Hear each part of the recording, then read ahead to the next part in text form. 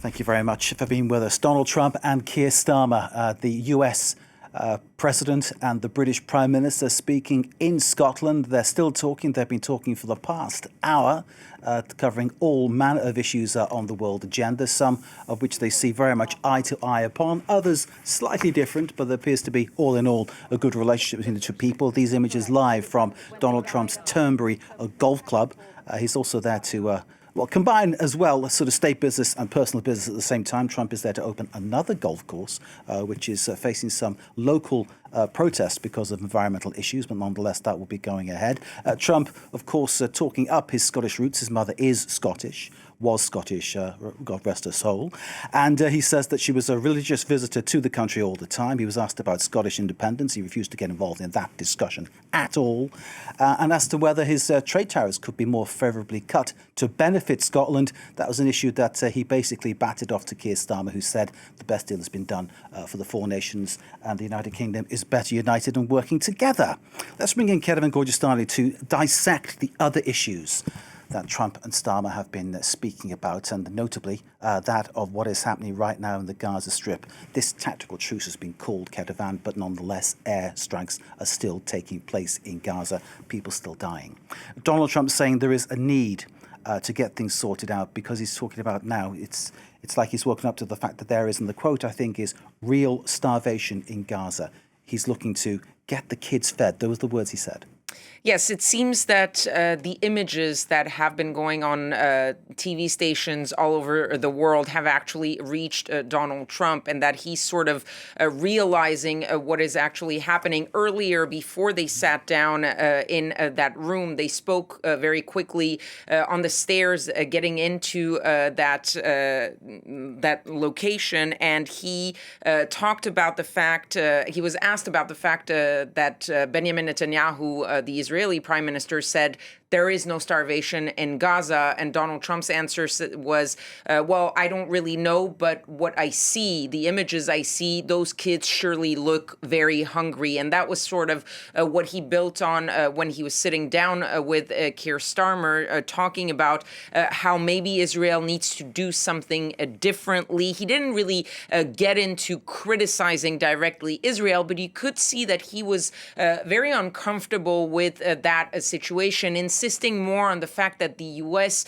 was doing a lot to help the Palestinians, but he would not directly answer a question about what Israel should do more about in order to let those Palestinians be fed. And there was, of course, that moment when he was asked about whether or not there should be more pressure on Israel to do more, and he seemed to be saying that Hamas was the one responsible for delivering the food, talking about those images of people rushing whatever food was coming in, when right now the distribution of food in the Gaza Strip is, of course, overseen by the Israeli forces. So a little bit of back and forth there from Donald Trump, but clearly the images of the starving children seem to have struck a chord with the U.S. president. What that will do going forward is very unclear, because he was also very much focused on those 20 live hostages that are still remaining at the hands of Hamas. Indeed, that issue about the number of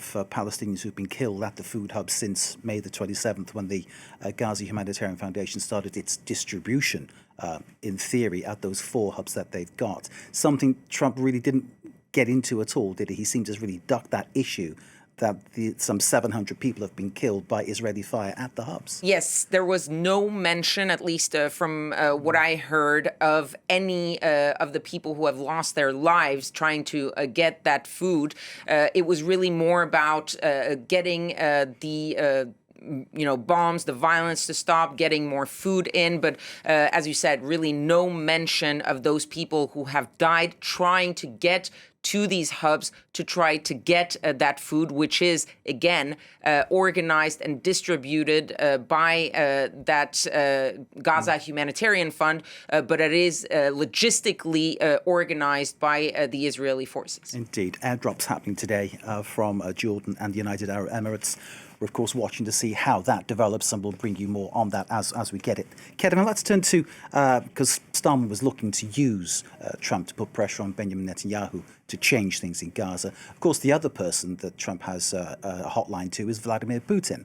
Ukraine very much a part of the conversation. And we understand, well, if Trump is to be believed, there might be some development coming there. He says these things. Of course, we wait to see what happens. Absolutely. But I think this was sort of a symbol of what we've been talking about for several weeks now, which is the sort of changing tone and attitude of Donald Trump vis-a-vis Vladimir Putin. Gone are the days of I trust Vladimir. We're doing great. Right now, it's all using the past. He said, we used to have a great relationship. We used to have great calls. But now what he's saying is that he is very disappointed in the Russian president. And I think the main bit of news coming out of this meeting with Keir Starmer was that Donald Trump said that he was reducing that 50-day deadline that he gave back in the middle of July to the Russian president to strike a peace deal. He said, I'm going to reduce it. That was on the steps. And then when they were sitting down, he was asked about what that new deadline would be. And he said a new deadline of about 10 to 12 days from